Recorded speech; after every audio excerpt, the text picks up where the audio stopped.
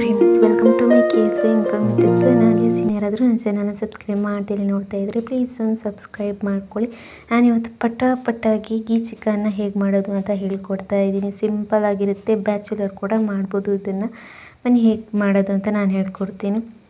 1 kg ಚಿಕನ್ನ ತೊಳೆದು ಒಂದು ಪಾತ್ರೆಯಲ್ಲಿ ಇಟ್ಕೊಂಡಿದ್ದೀನಿ. ಅದಕ್ಕೆ 2 ಸ್ಪೂನ್ ಆಗುವಷ್ಟು ಅಚ್ಕಾರದ ಹುಡಿ, ಹಾಗೆ ಒಂದು ಅರ್ಧ ಟೀ ಸ್ಪೂನ್ ಆಗುವಷ್ಟು ಅರಿಶಿನ, ಹಾಗೆ 1 ಟೀ ಸ್ಪೂನ್ ಆಗುವಷ್ಟು ಧನಿಯಾ ಹುಡಿ, ಹಾಗೆ 1 ಟೀ ಸ್ಪೂನ್ ಆಗುವಷ್ಟು ಗರಂ ಮಸಾಲ, ಹಾಗೆ ಅರ್ಧ ಟೀ ಸ್ಪೂನ್ ಆಗುವಷ್ಟು ಜೀರಾ ಹುಡಿ, ಹಾಗೂ 1 ಟೀ ಸ್ಪೂನ್ ಆಗುವಷ್ಟು ಶುಂಠಿ ಬೆಳ್ಳುಳ್ಳಿ ಪೇಸ್ಟ್ನ ಹಾಕ್ಕೊಂಡಿದ್ದೀನಿ. ಅದನ್ನು ಚೆನ್ನಾಗಿ ಒಂದು ಸಲ ಮಿಕ್ಸ್ ಮಾಡಿಕೊಂಡು 1 ಟೀ ಸ್ಪೂನ್ ಆಗುವಷ್ಟು ನಿಂಬೆಹಣ್ಣಿನ ರಸನ ಹಾಕ್ಕೋತಾ ಇದ್ದೀನಿ.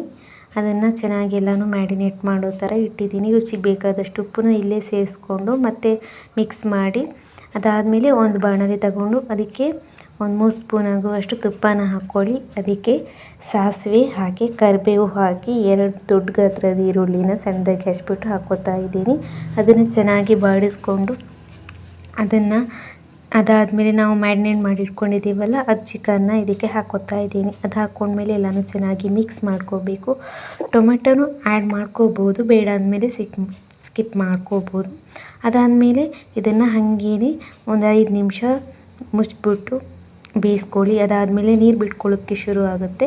ಇವಾಗ ಇದಕ್ಕೆ ಸ್ವಲ್ಪ ಚಿಕನ್ ಮಸಾಲಾನ ಹಾಕ್ಕೊಳ್ಳಿ. ಒಂದು ಅರ್ಧ ಟೀ ಸ್ಪೂನ್ ಆಗುವಷ್ಟು ಚಿಕನ್ ಮಸಾಲಾನ ಹಾಕ್ಕೊಳ್ಳಿ.